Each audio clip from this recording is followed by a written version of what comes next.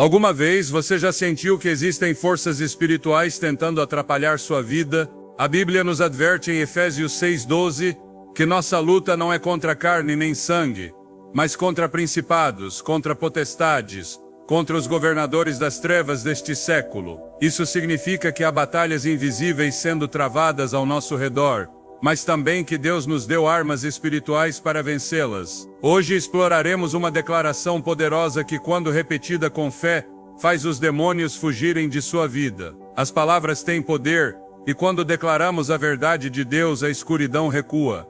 Neste vídeo, você descobrirá como uma simples oração baseada nas Escrituras pode trazer liberdade, restauração e proteção sobre você e sua família. Não permita que o inimigo ganhe terreno em sua vida. Você está pronto para ativar o poder de Deus e ver sua glória se manifestar? As palavras têm um poder que vai além do que imaginamos. Não são meros sons lançados ao vento, mas decretos que moldam nossa realidade espiritual. Desde o princípio dos tempos, a Bíblia nos mostra como a voz de Deus trouxe tudo à existência. Disse Deus: haja luz, e houve luz. Gênesis 1:3. A criação em si é a maior prova de que a palavra falada libera poder. Se Deus usou sua voz para dar forma ao universo, você não acha que nossas palavras também têm um peso espiritual? Jesus nos ensinou que o que declaramos com fé pode transformar nosso entorno. Marcos 11:23 diz com clareza: qualquer que disser a este monte, levanta-te e lança-te ao mar, e não duvidar em seu coração, mas crer que se fará o que diz, tudo o que disser lhe será feito. Mas assim como nossas palavras podem trazer bênção e vida, também podem abrir portas para a opressão e o ataque do inimigo. Por isso é crucial entender que o que sai de nossa boca tem repercussões no mundo espiritual. Quando declaramos a palavra de Deus, liberamos um poder que os demônios não podem resistir. No Evangelho de Mateus vemos que Jesus usou as Escrituras para vencer a tentação no deserto. Está escrito, Mateus 4:4 foi a resposta com a qual derrotou o inimigo. Ele não usou argumentos humanos nem lógica, mas a autoridade da palavra. Isso nos mostra que, quando enfrentamos ataques espirituais, não precisamos de armas terrenas. Precisamos declarar a verdade de Deus com fé e convicção. Há uma oração específica que, quando repetida com fé, faz os demônios fugirem. Não é uma fórmula mágica, mas uma declaração baseada na autoridade de Cristo. Filipenses 2:10 nos revela que ao nome de Jesus se dobre todo o joelho dos que estão nos céus, na terra e debaixo da terra. Isso significa que o reino das trevas não pode resistir ao poder do nome de Jesus quando proclamado com autoridade. Muitos crentes subestimam o impacto do que dizem. Frequentemente eles se queixam, lamentam ou pronunciam palavras de derrota sem perceber que estão abrindo portas espirituais para a opressão. Provérbios 18:21 adverte: a morte e a vida estão no poder da língua, e aquele que a ama comerá do seu fruto. O que declaramos atraímos. Por isso, se passamos nosso tempo repetindo palavras de temor e fracasso, estamos alinhando nossa vida com o que o inimigo deseja. Mas quando decidimos falar com a autoridade da palavra de Deus, estamos estabelecendo o domínio do reino dos céus sobre nossa vida. Há testemunhos de pessoas que viram como suas palavras mudaram radicalmente sua realidade.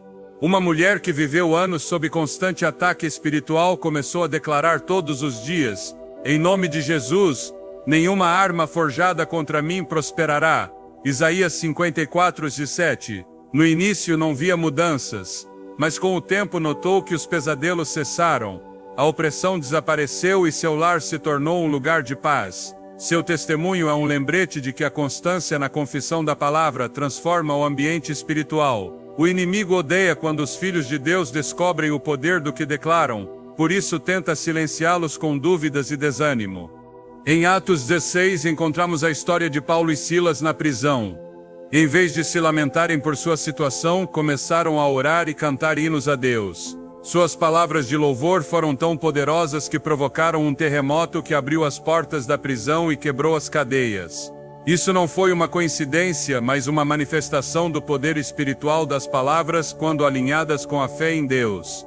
Se, em meio à prova, você escolher falar vida em vez de derrota, o inimigo não poderá resistir e terá que fugir. A chave está em repetir com fé as declarações que Deus nos deu em Sua palavra. Não basta dizê-las uma vez e esperar resultados imediatos. Na parábola do juiz injusto, Jesus ensinou sobre a importância da perseverança na oração, Lucas 18, 1-8.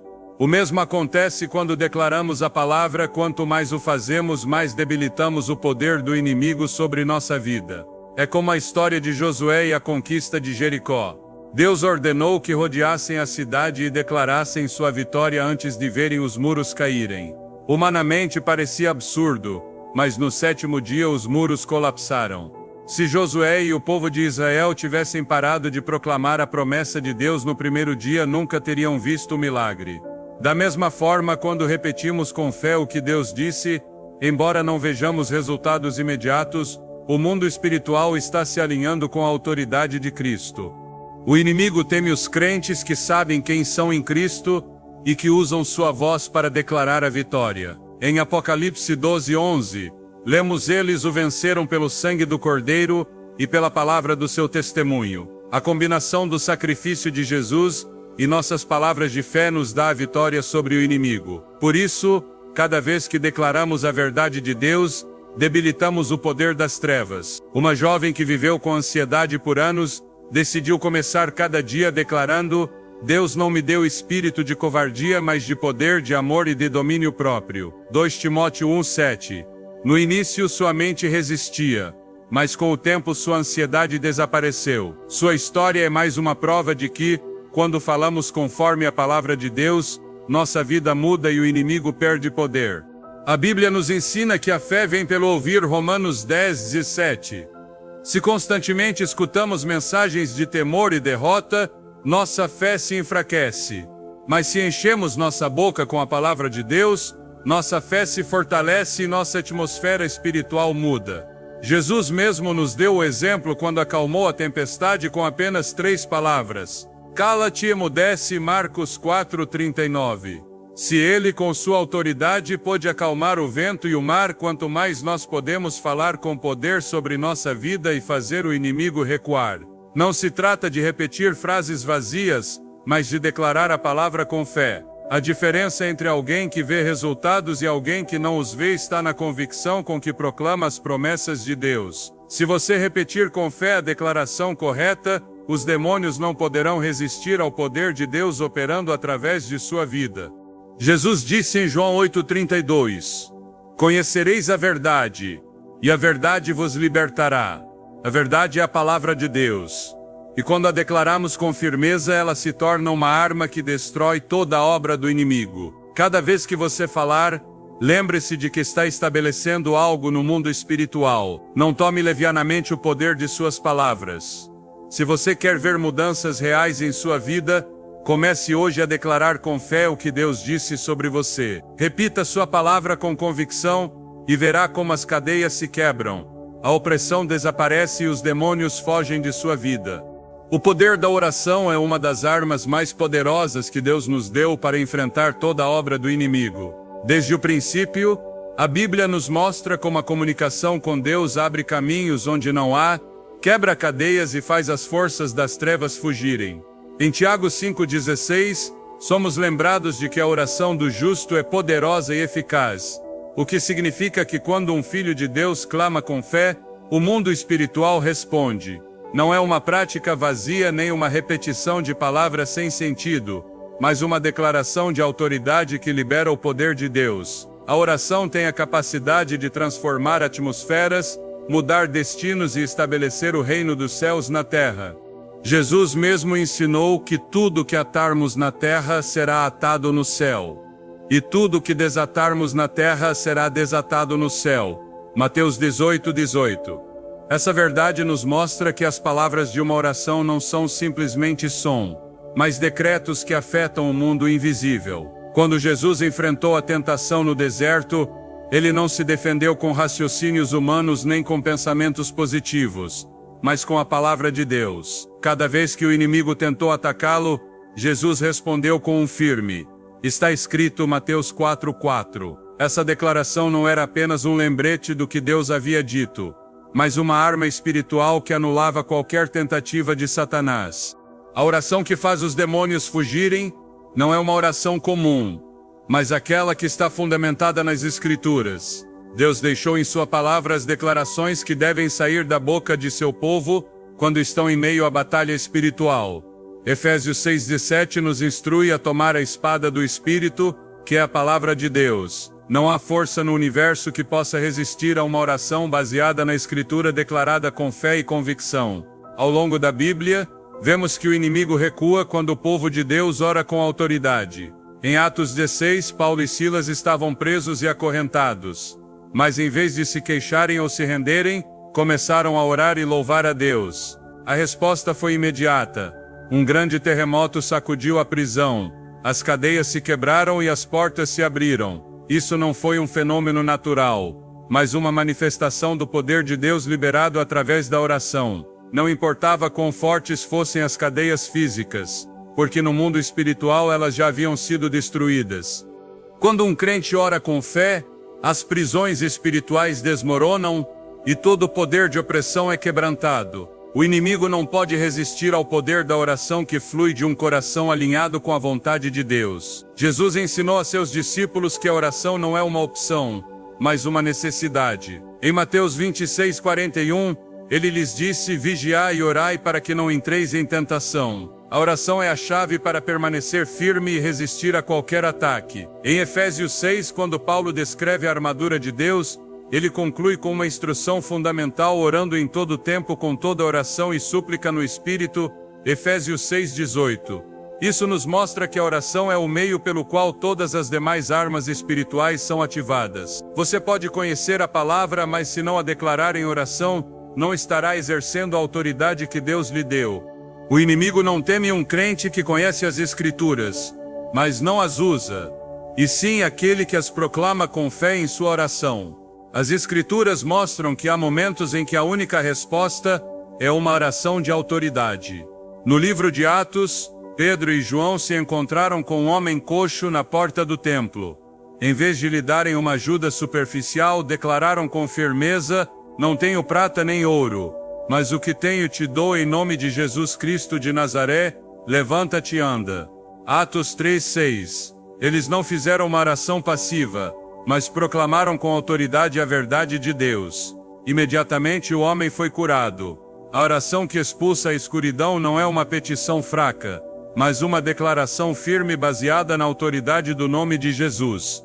Filipenses 2:10 nos diz que ao nome de Jesus se dobrará todo o joelho dos que estão nos céus, na terra e debaixo da terra. Este versículo deixa claro que o mundo espiritual responde ao nome de Jesus quando é proclamado com fé. Em Marcos 9, os discípulos tentaram libertar um jovem possuído por um espírito imundo, mas não conseguiram. Jesus explicou que certos tipos de ataques só podem ser vencidos com oração e jejum. Marcos 9:29. Isso nos revela que a oração é mais do que um ato religioso. É uma ferramenta de guerra espiritual.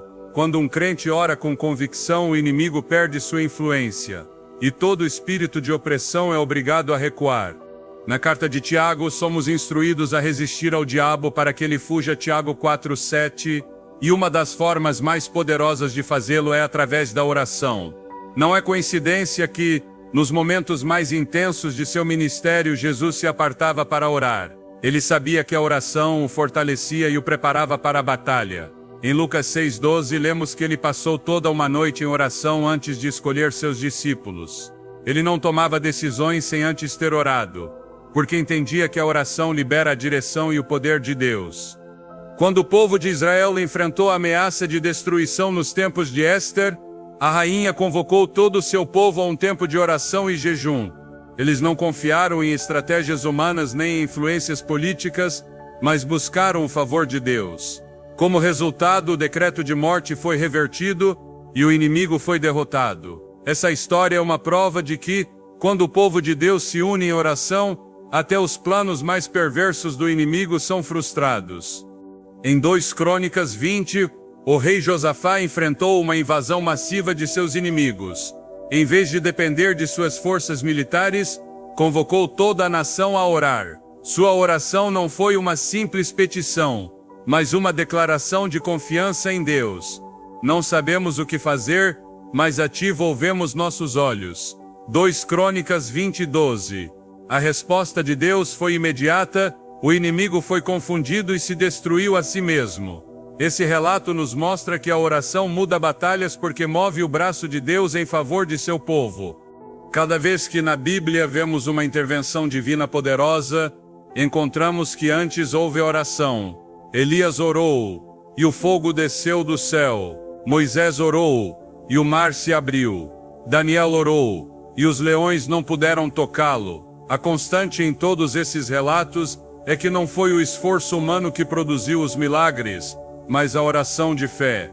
O Salmo 91 declara que, quando clamamos a Deus, Ele nos livra do laço do caçador e da peste destruidora. Essa promessa é uma garantia de que, quando um crente eleva sua voz em oração, os demônios fogem porque não podem resistir à presença de Deus.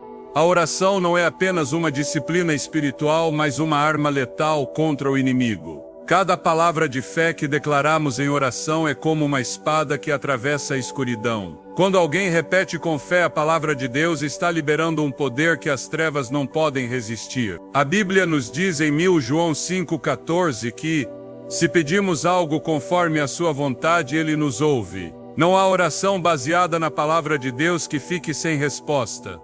Jesus prometeu que tudo o que pedirmos em seu nome, crendo, receberemos. Marcos 11:24. Quando repetimos com fé a oração correta, os demônios fogem, as cadeias se quebram e a atmosfera espiritual muda. A escuridão não tem autoridade onde a luz de Deus é proclamada. O inimigo não tem poder sobre aqueles que foram redimidos pela sangue de Cristo. Mas sua estratégia sempre foi a mesma: semear medo e dúvida no coração dos filhos de Deus. Desde o princípio, sua tática foi distorcer a verdade e fazer o ser humano questionar o que Deus disse. No jardim do Éden, a serpente não atacou com violência nem com uma ameaça visível, mas com uma simples pergunta. Foi assim que Deus disse, Gênesis 3:1. Não precisou de cadeias nem ataduras físicas, apenas uma semente de dúvida na mente de Eva. É assim que o inimigo opera, porque sabe que um coração cheio de temor e desconfiança é vulnerável. Sem fé, o crente perde sua força, e sem a certeza da verdade, fica exposto às mentiras que o afastam da presença de Deus. A dúvida tem sido uma das armas mais utilizadas pelo reino das trevas, porque quando uma pessoa começa a questionar as promessas de Deus, sua fé se enfraquece, e sua autoridade espiritual desvanece. Jesus ensinou que até uma fé tão pequena quanto um grão de mostarda é suficiente para mover montanhas. Mateus 17:20. Mas o inimigo trabalha incansavelmente para apagar essa fé. No deserto, quando tentou Jesus, seu ataque começou com uma insinuação: se és filho de Deus, Mateus 4:3. Ele não negou a identidade de Jesus, mas tentou fazê-lo duvidar dela. Se conseguiu enganar 1/3 dos anjos e enganou Adão e Eva, quanto mais tentará fazer o mesmo com aqueles que hoje seguem a Deus. O medo é outra de suas ferramentas, porque o temor paralisa e faz o crente perder de vista o poder de Deus. Quando os discípulos viram Jesus caminhando sobre a água, em vez de reconhecerem sua autoridade, gritaram cheios de terror, pensando que era um fantasma. Mateus 14:26. Pedro, em um instante de fé, caminhou sobre as águas, mas assim que permitiu que o medo dominasse, começou a afundar. O inimigo sabe que uma pessoa cheia de medo é incapaz de agir em fé. A Escritura ensina que Deus não nos deu espírito de temor, mas de poder, de amor e de domínio próprio. 2 Timóteo 1:7. O medo não vem de Deus, mas do inimigo, que busca deter o avanço do povo de Deus por meio da angústia, da incerteza e da desesperança. O povo de Israel experimentou em carne própria como o medo pode impedir alguém de alcançar a plenitude das promessas de Deus. Quando Moisés enviou os 12 espias para explorar a terra prometida, 10 deles voltaram com um relatório negativo. Embora tivessem visto a abundância do lugar, seu foco estava nos gigantes que ali habitavam. Não poderemos subir contra aquele povo, porque é mais forte que nós. Números 13:31. Seu medo os levou a esquecer que Deus havia prometido entregar-lhes aquela terra. Em vez de confiarem no que Deus disse, permitiram que a dúvida e o temor determinassem seu destino. Como resultado, Toda uma geração morreu no deserto sem chegar à terra que Deus lhes havia prometido. O inimigo não precisa derrotar um crente com grandes ataques visíveis. Ele só precisa semear suficiente medo e dúvida para que essa pessoa pare sozinha. Uma mente cheia de temor e desconfiança é uma mente debilitada. Por isso, na Escritura, encontramos repetidas vezes o mandato de não temer. Josué recebeu essa instrução antes de entrar na terra prometida. Esforça-te e tem bom ânimo. Não temas nem te espantes, porque o Senhor teu Deus está contigo por onde quer que andares. Josué 1:9. Não era uma sugestão, mas uma ordem clara, porque Deus sabia que o medo é uma das estratégias mais eficazes do inimigo para roubar a vitória de seu povo. A dúvida também se manifesta na incredulidade diante das promessas de Deus. Zacarias, o pai de João Batista, recebeu a visita de um anjo que lhe anunciou que sua esposa, apesar da idade avançada, daria à luz um filho. Em vez de crer, sua resposta foi uma pergunta incrédula. Como saberei isto? Lucas 1:18. Sua falta de fé teve consequências imediatas. Ele ficou mudo até o nascimento do menino. Sua boca foi fechada porque a incredulidade em suas palavras poderia afetar o cumprimento da promessa. Deus sempre respondeu à fé daqueles que confiam em sua palavra sem duvidar. Certa vez Jesus se encontrou com um centurião romano que pediu cura para seu servo. Em vez de pedir que Jesus fosse à sua casa, ele disse com plena certeza: dize somente uma palavra e o meu servo será curado. Mateus 8:8. Sua fé não estava condicionada ao que via, mas ao que cria. Jesus ficou maravilhado com sua resposta e declarou que não havia encontrado uma fé igual em todo Israel. O inimigo sabe que uma fé inquebrantável é perigosa para seu reino. Um crente que confia sem duvidar se torna uma ameaça para toda a obra das trevas. Por isso, seus ataques são projetados para gerar insegurança na mente e no coração. Quando Elias desafiou os profetas de Baal no Monte Carmelo, ele o fez com plena confiança de que Deus responderia com fogo do céu. No entanto, após ter visto esse milagre, ele fugiu aterrorizado diante da ameaça de Jezabel. Em vez de lembrar o poder de Deus, permitiu que o medo dominasse sua mente ao ponto de desejar morrer. 1 Reis 19. O inimigo sabe que até aqueles com uma grande unção podem ser debilitados se ele conseguir semear o temor em seus corações. Jesus advertiu seus discípulos sobre os ataques sutis do inimigo. Ele lhes disse que o ladrão não vem senão a roubar, matar e destruir. João 10:10. Quando o inimigo rouba a paz de uma pessoa através da dúvida e do temor, ele alcança seu objetivo. Mas Jesus assegurou que veio para dar vida em abundância. Não é possível viver na plenitude dessa promessa se permitirmos que a mente seja dominada pela incerteza. A única maneira de resistir à dúvida e ao medo é se apegando à verdade da palavra. Em Efésios 6, Paulo instrui os crentes a tomarem o escudo da fé, com o qual podereis apagar todos os dardos inflamados do maligno. Efésios 6:16. A fé é a arma que neutraliza toda mentira do inimigo. Deus deu a seu povo ferramentas para vencer toda a estratégia do adversário. No Salmo 91, somos prometidos que aquele que habita no esconderijo do Altíssimo, à sombra do Onipotente, descansará. Essa é uma declaração de confiança, uma certeza de que nada pode tocar aquele que está sob a proteção de Deus. Quando Jesus estava na barca com seus discípulos e a tempestade se levantou, eles entraram em pânico. Em vez de lembrarem que o Filho de Deus estava com eles, permitiram que o medo tomasse o controle. Jesus, com uma única ordem, acalmou a tempestade e depois lhes perguntou: por que temeis, homens de pouca fé? Mateus 8:26.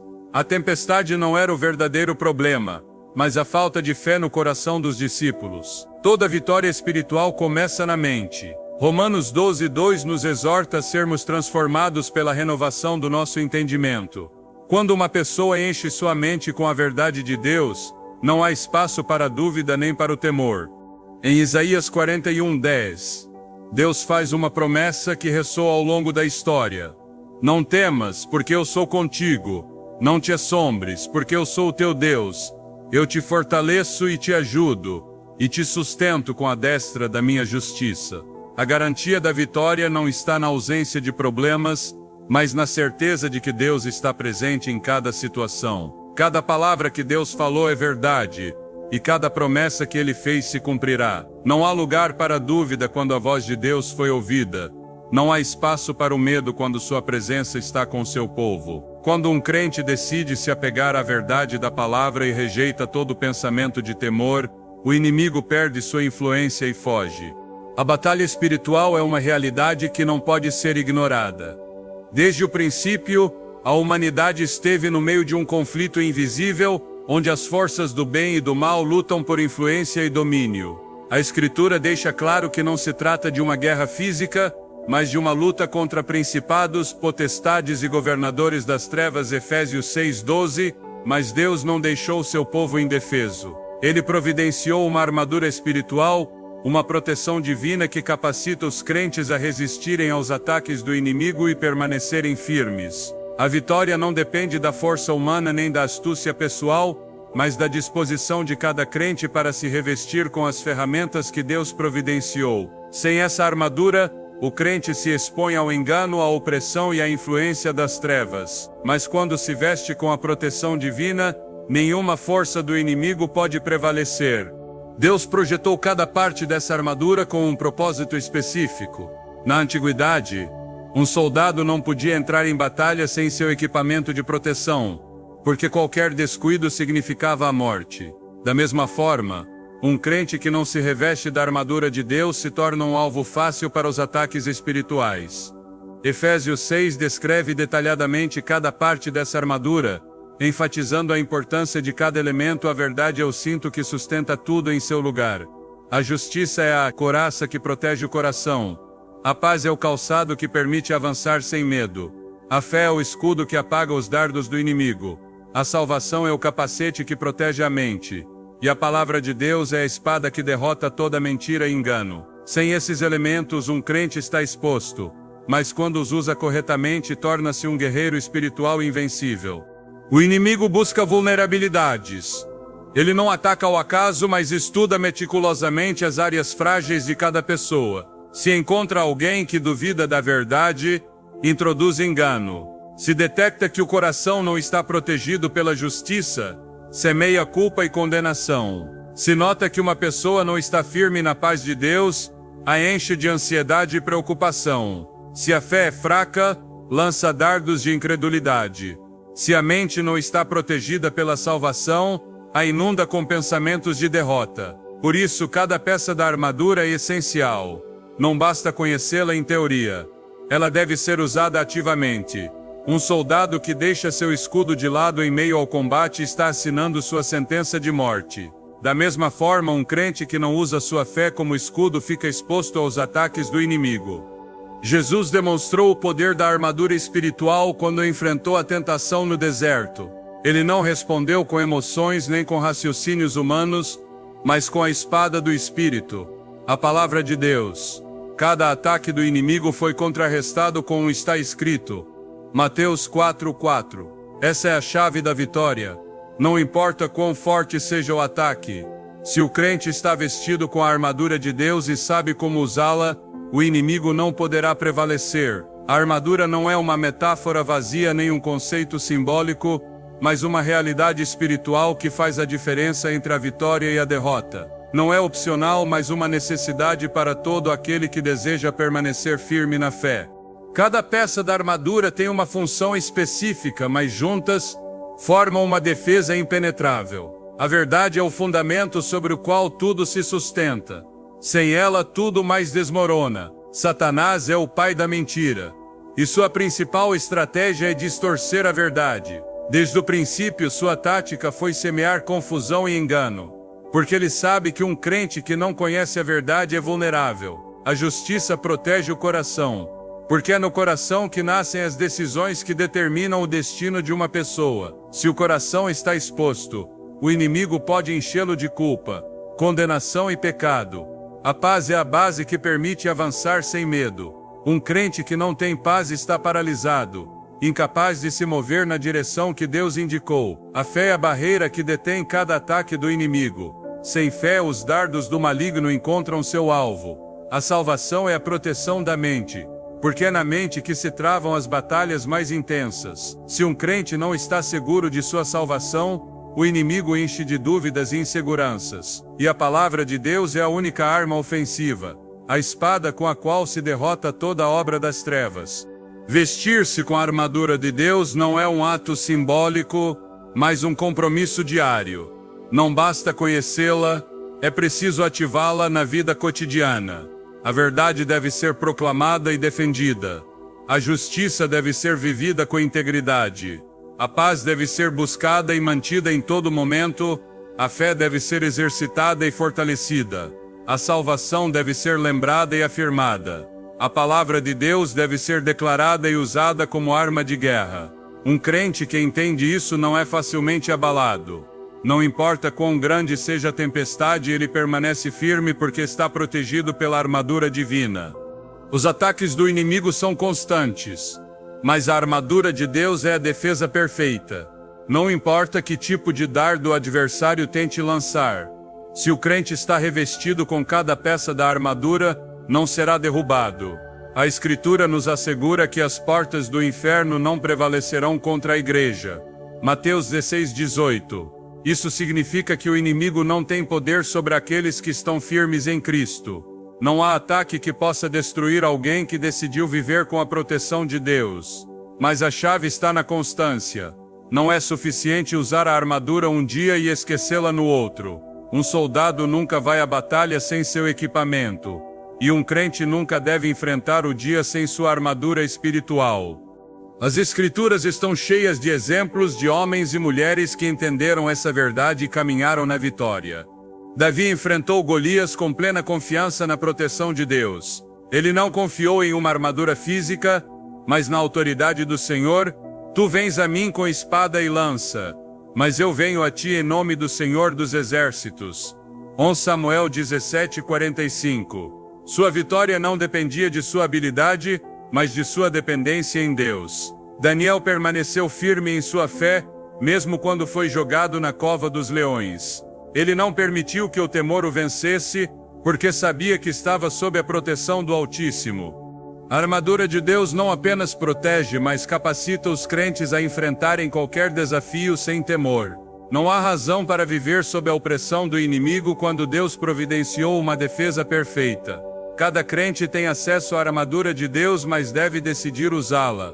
A fé deve ser ativada, a verdade deve ser afirmada, a justiça deve ser vivida. A paz deve ser buscada, a salvação deve ser lembrada e a palavra deve ser declarada. Não é suficiente conhecer esses princípios em teoria.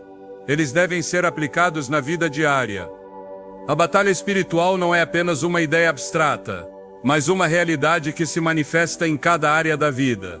Há momentos em que a opressão do inimigo se torna evidente, em que as forças das trevas tentam tomar o controle e em que a luta se intensifica. Mas a Escritura é clara: não há escuridão que possa resistir ao poder de Deus, não há cadeia que não possa ser quebrada, e não há inimigo que possa prevalecer contra aqueles que foram redimidos. A vitória não é incerta nem depende de circunstâncias humanas, mas foi estabelecida desde a eternidade. A Bíblia testifica que aqueles que confiam no Senhor verão sua mão operando com poder.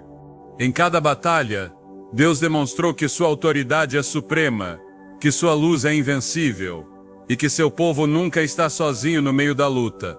A manifestação do poder de Deus na vida dos crentes é uma constante na Escritura. Não há relato em que aqueles que se apegaram à palavra tenham sido derrotados. Cada vez que enfrentaram a adversidade, cada vez que o inimigo tentou avançar, cada vez que a opressão se fez presente, a resposta de Deus foi a mesma. Sua presença irrompeu e mudou o curso da história. A fé não é apenas uma crença passiva. É uma convicção que transforma a realidade. Uma determinação que não se deixa influenciar pelo temor nem pelas circunstâncias. É a certeza de que Deus é fiel, de que suas promessas são imutáveis, e de que seu poder se manifesta em aqueles que confiam nele sem reservas.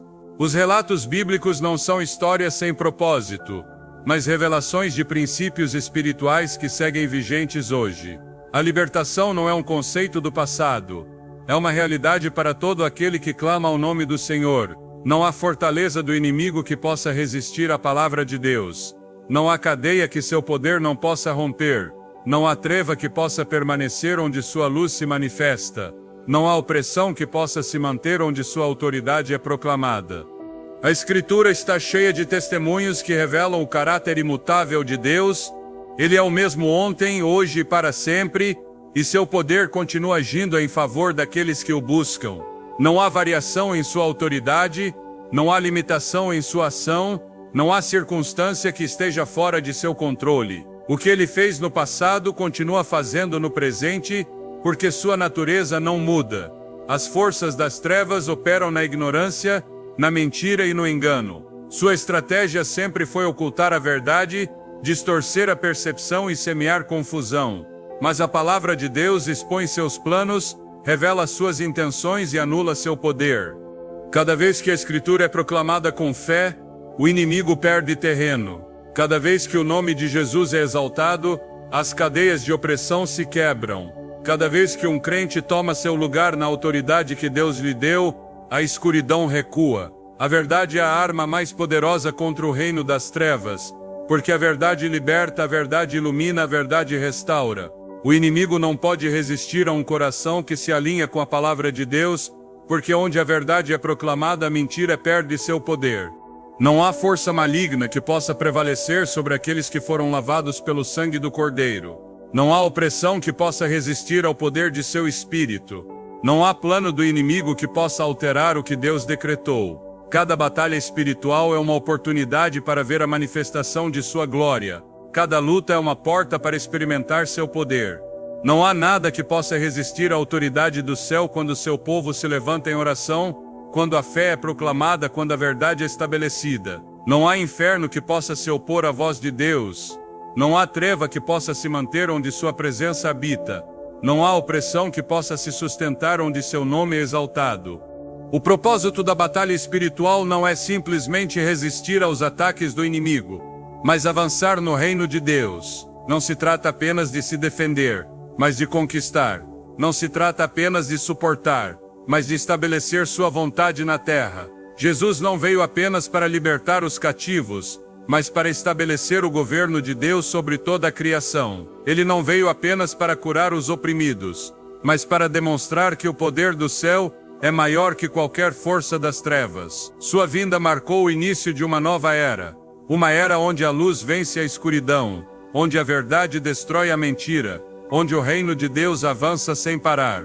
Não há poder que possa se opor à sua autoridade, não há adversário que possa resistir à sua glória, não há inimigo que possa friar seu propósito.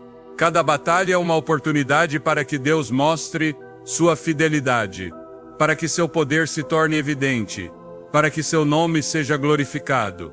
A luta espiritual não é um sinal de derrota, mas uma indicação de que o inimigo tenta resistir ao inevitável. Seu reino foi sentenciado à derrota, sua autoridade foi despojada, seu fim foi decretado. Não há escape para o reino das trevas, não há esperança para sua rebelião. Seu destino foi selado desde a cruz, sua queda foi estabelecida desde a ressurreição. Não há reversão possível, não há apelação diante da justiça de Deus. Seu reino se abala, seus planos desmoronam, suas estratégias fracassam, a vitória já foi declarada, o poder de Deus já foi manifestado, sua glória já foi estabelecida. A proclamação da verdade, a declaração da derrota do inimigo, a exaltação do nome de Jesus é o sinal de seu fracasso. A manifestação do poder de Deus é o lembrete de que seu tempo acabou. Não há treva que possa se esconder da luz, não há opressão que possa se sustentar diante de sua presença. Não há mentira que possa prevalecer diante da verdade. O esforço do inimigo para se agarrar ao que já não lhe pertence é inútil. Todo ataque é um ato desesperado de uma autoridade que já foi destruída.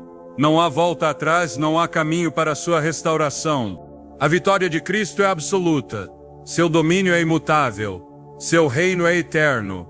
O tempo da opressão acabou, o dia da libertação chegou, a luz brilhou. Não há mais temor, não há mais cadeias, não há mais cativeiro. A voz de Deus falou, sua autoridade foi estabelecida, seu povo foi redimido. Não há dúvida em sua promessa, não há sombra de variação em sua fidelidade. Sua palavra permanece para sempre, sua verdade nunca mudará, seu poder nunca terá fim. Sua é a vitória, sua é o reino, sua é o domínio pelos séculos dos séculos. A autoridade espiritual não é um conceito simbólico, nem uma ideia abstrata, mas uma realidade que define o caminhar de cada crente. Não é uma opção nem um privilégio reservado para poucos, mas uma posição dada a todos aqueles que foram redimidos. Não é uma faculdade que depende de emoções ou circunstâncias, mas uma verdade estabelecida na Escritura. A autoridade sobre o inimigo não é um desejo, é um direito adquirido através do sacrifício de Cristo. Sua vitória na cruz não apenas derrotou o poder das trevas, mas entregou a seu povo a capacidade de caminhar sem temor, de falar com poder e de viver sem estar sujeito à opressão do inimigo. Nada do que provém do adversário tem poder sobre aqueles que entenderam e ativaram a autoridade que Deus lhes deu. Não há força demoníaca que possa prevalecer contra aqueles que foram revestidos com o poder do alto. As Escrituras declaram que a vitória de Cristo é total e definitiva. Não foi uma batalha inconclusa, nem um confronto que deixou pontas soltas. Foi um ato absoluto que selou para sempre a derrota do inimigo. A autoridade que se manifesta no nome de Jesus não é temporária nem limitada, mas eterna e inquestionável. Filipenses 2, 9 e 10 proclama que Deus o exaltou sobremaneira e lhe deu um nome que é sobre todo nome, para que ao nome de Jesus se dobre todo o joelho nos céus, na terra e debaixo da terra. A submissão do inimigo não é uma possibilidade, é um fato. A reação das trevas diante do nome de Jesus não é opcional, é uma consequência inevitável de sua derrota. Não há resistência possível, não há escapatória. Sua autoridade foi quebrantada, seu poder foi destruído, sua influência foi reduzida a nada. Quando Jesus enviou seus discípulos, não os mandou como homens indefesos, mas como portadores de sua autoridade. Lucas 10, 19 declara: Eis que vos dou poder para pisar serpentes e escorpiões, e sobre toda a força do inimigo, e nada vos fará dano. Não era uma promessa condicional nem uma afirmação simbólica, mas uma realidade operativa que transformou a maneira como eles enfrentavam a obra das trevas. Quando voltaram surpresos pelo poder que haviam experimentado, Jesus confirmou o que já estava estabelecido. Eu vi Satanás cair do céu como um raio. Lucas 10, 18. O inimigo não tem poder contra aqueles que receberam a autoridade de Deus e a exercem com convicção. Não há espírito imundo que possa resistir. Não há obra das trevas que possa se manter em pé. A potestade do crente não está em sua própria força, mas no nome daquele que venceu. A autoridade espiritual deve ser entendida, exercida e mantida. Não é um estado passivo nem uma posição teórica, mas uma realidade que requer ação. Não basta conhecer a verdade se não se caminha nela. Não basta ter recebido poder se não se usa com determinação. A autoridade que não é exercida se perde. A posição que não é defendida se enfraquece. Um soldado que tem as armas, mas não as usa, não pode reivindicar vitória na batalha. Um crente que foi revestido de poder, mas não o ativa, não pode esperar ver mudanças em seu entorno. A Escritura diz em Tiago 4:7, Sujeitai-vos, pois, a Deus, resisti ao diabo e ele fugirá de vós. A fuga do inimigo não é automática, mas o resultado de uma resistência ativa. Não se trata de esperar que as coisas mudem por si sós, mas de se posicionar na verdade e agir conforme a autoridade dada. Jesus nunca enfrentou a oposição com temor nem com incerteza. Cada vez que se encontrou com um demônio, sua reação foi imediata e contundente. Sua palavra era suficiente para liberar o poder do céu e quebrantar toda a obra das trevas. Marcos 1:27 descreve a reação das pessoas ao verem como ele expulsava os espíritos imundos. Que é isto? Que nova doutrina é esta? Pois com autoridade ordena aos espíritos imundos e eles lhe obedecem. Seu ensino não era apenas de palavras, mas de poder. Seu mensagem não era apenas informação, mas manifestação de poder. Ele não negociava com o inimigo, não argumentava com os espíritos imundos. Não dava espaço para dúvida. Sua autoridade era inquestionável. Sua palavra era lei. Sua presença era suficiente para fazer tremer as trevas. E essa mesma autoridade foi entregue à sua igreja. A realidade da guerra espiritual não é uma questão de percepção, mas de revelação. Não é algo que afeta apenas alguns, mas uma verdade que impacta a todos. Não é um tema opcional na vida cristã, mas uma parte essencial do chamado de todo crente. Efésios 6:12 deixa claro que a luta não é contra carne nem sangue, mas contra poderes espirituais que buscam resistir ao avanço do reino de Deus. A ignorância não é desculpa. A passividade não é uma opção. Quem não exerce autoridade cedo ou tarde será oprimido. Quem não usa as armas que Deus deu acabará cedendo território ao inimigo. A vitória foi dada, mas deve ser defendida. A autoridade foi estabelecida, mas deve ser exercida.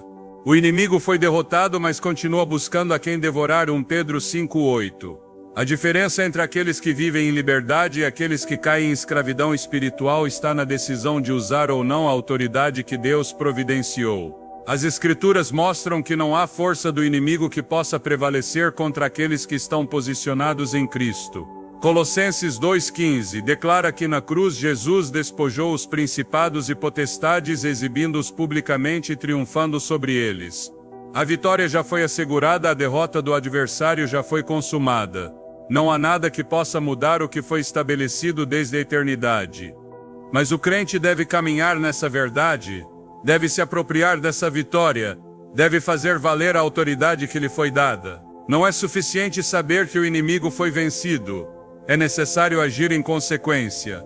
Não é suficiente conhecer a Escritura, é necessário declará-la com poder. Não é suficiente ter recebido o direito de governar no espiritual, é necessário exercê-lo com firmeza.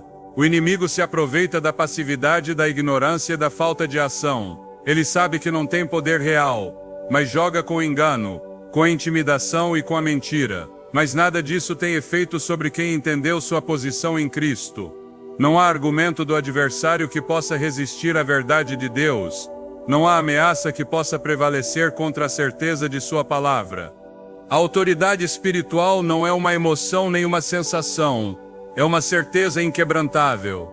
É a segurança de que Deus falou, de que seu reino foi estabelecido, de que sua vitória é absoluta. É a confiança de que cada palavra que sai de sua boca se cumpre sem exceção. O tempo da inação terminou, o tempo da passividade ficou para trás. É o momento de se levantar, de exercer a autoridade que foi dada, de falar com o poder que vem do céu. Não há mais espaço para o temor, não há mais lugar para a dúvida, não há mais concessão para a opressão. A voz do povo de Deus se ergue, a luz resplandece, a verdade se impõe. Não há fortaleza que possa resistir, não há atadura que possa permanecer, não há obra do inimigo que possa prevalecer. A autoridade foi dada, o reino de Deus avança, a vitória é total. Não há outra realidade possível, não há outro desfecho. O nome de Jesus é exaltado, seu poder é manifestado, seu domínio é eterno. As trevas fogem, o inimigo é derrotado, a glória de Deus resplandece. A realidade espiritual que opera no mundo não é uma questão de percepção nem de suposições humanas, mas uma verdade inquebrantável que atravessa o tempo e a história. Não há momento em que o reino de Deus não tenha estado em movimento, não há época em que seu poder tenha diminuído, não há circunstância em que sua autoridade tenha estado em dúvida. A luta entre a luz e as trevas não começou na terra, mas nos céus, e desde então tem sido uma confrontação constante onde a vitória de Deus permaneceu inalterável. O que começou com uma tentativa de rebelião terminou com um decreto irrevogável. A supremacia de Deus jamais será desafiada com sucesso, sua soberania jamais será removida, sua glória jamais será diminuída. Não há força que possa contender com ele, não há adversário que possa mudar o que foi estabelecido desde a eternidade. O inimigo foi derrotado, mas não deixou de lutar.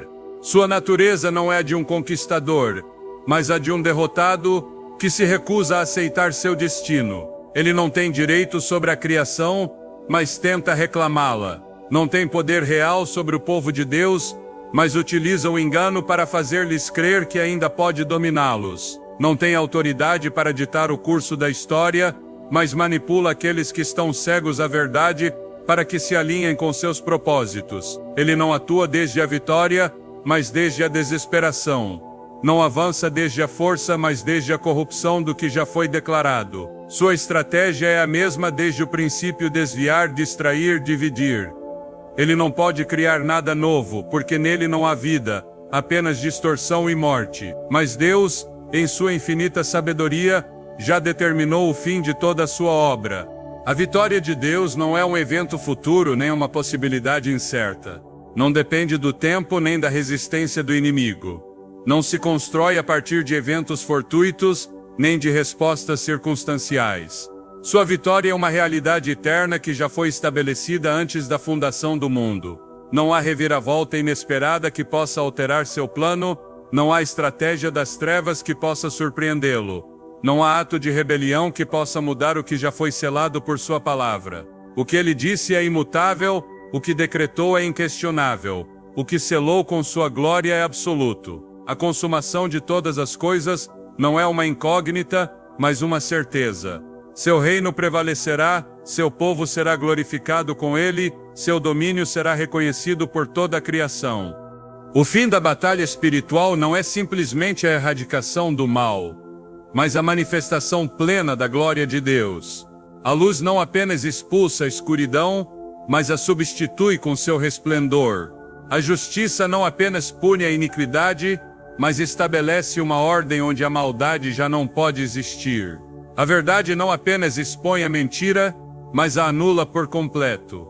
Não é apenas um ato de eliminação do inimigo, mas de restauração da criação ao design original de Deus. Não é apenas o fechamento de um conflito, mas a plenitude de seu governo manifestado sem resistência. Não é apenas a queda do adversário, mas a exaltação daquele que é digno desde o princípio. A história da redenção não se trata apenas de uma luta entre o bem e o mal, mas da revelação do caráter de Deus em meio a essa luta. Cada batalha não é apenas uma prova de resistência, mas uma oportunidade para que sua glória se torne visível. Cada ataque do inimigo não é apenas uma demonstração de sua desesperação, mas uma plataforma para que o poder de Deus se manifeste de maneira ainda mais gloriosa. Cada vitória de seu povo não é apenas um triunfo momentâneo, mas uma confirmação de que o reino de Deus avança sem retrocesso. Não há movimento do adversário que não termine servindo aos propósitos divinos. Não há tentativa de resistência que não termine demonstrando ainda mais a supremacia do Altíssimo. Deus não apenas derrota seus inimigos, mas os humilha publicamente com o esplendor de sua justiça. Ele não apenas silencia a voz da rebelião, mas a substitui com o som de sua adoração. Ele não apenas desarma as trevas, mas enche a terra com a glória de sua luz. A vitória final não é apenas a erradicação do mal, mas a consumação de seu plano perfeito. Não há margem para erro, não há possibilidade de que algo fique incompleto, não há espaço para incerteza. O que ele determinou será cumprido até o último detalhe. O que ele estabeleceu será executado com precisão absoluta. O inimigo luta porque não pode fazer outra coisa. Ele não tem um futuro diferente, não tem uma oportunidade de redenção, não tem uma alternativa ao seu destino. Ele não tem esperança de vitória, apenas a certeza de sua derrota iminente. Ele não luta para ganhar, mas porque se recusa a aceitar que já perdeu. Ele não ataca com a convicção de um conquistador, mas com a desesperação de alguém que sabe que seu fim se aproxima. Cada tentativa de resistir apenas o aproxima mais de sua queda definitiva. Cada estratégia que implementa apenas confirma que seu tempo está se esgotando. A guerra que ele trava não é contra Deus, porque ele já foi vencido por toda a eternidade. É uma guerra contra o tempo, contra seu próprio destino, contra a sentença que já foi declarada contra ele. O povo de Deus não está em uma posição de fraqueza, mas de autoridade. Não luta para sobreviver, mas para estabelecer o que já foi decretado. Não enfrenta a batalha com temor, mas com a certeza de que cada confronto apenas aproxima mais a manifestação total do reino de Deus. Não avança com incerteza, mas com a confiança de que o que foi prometido será cumprido sem falta. A história não se encaminha para um desfecho incerto, mas para a consumação de uma vitória que já foi escrita desde a eternidade. Não há outra opção senão o triunfo de Deus, não há outro desfecho senão a exaltação de seu nome, não há outro futuro senão a manifestação total de sua glória. O inimigo pode tentar resistir, mas cada um de seus intentos é inútil. Ele pode tentar enganar, mas a verdade já foi estabelecida. Ele pode tentar atacar, mas a proteção de Deus é impenetrável. Ele pode buscar dividir, mas a unidade do povo de Deus não será quebrantada. Ele pode tentar semear temor, mas a fé dos redimidos não será abalada. Cada recurso que utiliza está destinado ao fracasso. Cada movimento que faz apenas confirma sua derrota. Ele não tem outro caminho senão o julgamento que o espera. Não tem outro destino senão o lago de fogo, não tem outro futuro senão o cumprimento do que Deus já determinou. Não há motivo para dúvida. Não há razão para incerteza. O povo de Deus não caminha para a escuridão, mas para a plenitude de sua glória. Não avança para o desconhecido, mas para a manifestação do que foi prometido desde o princípio. Não está sujeito à confusão do mundo, mas à certeza da palavra que permanece para sempre. Não se guia pelo que vê, mas pelo que foi declarado por aquele que não mente. Não há temor em seu destino, apenas a certeza de que a vitória já foi assegurada. A guerra não é o fim, apenas o processo. A oposição do inimigo não é uma ameaça, apenas a confirmação de que seu fim se aproxima. As trevas não são uma barreira, apenas um véu que logo cairá para revelar a glória do Rei dos Reis. A batalha não é para definir o resultado, mas para demonstrar a toda a criação o que já foi decidido. Não há outro fim, não há outra possibilidade, não há outra verdade. A vitória de Deus é inegociável, seu domínio é imutável, seu reino é eterno. O inimigo foge, seu tempo termina, sua derrota se consuma. O trono de Deus permanece, seu povo avança, sua glória enche toda a terra. A história não está nas mãos da incerteza, mas nas mãos do Todo-Poderoso. Suya é a vitória, suyo é o poder, suyo é o poder, suyo é o reino pelos séculos dos séculos. Amém.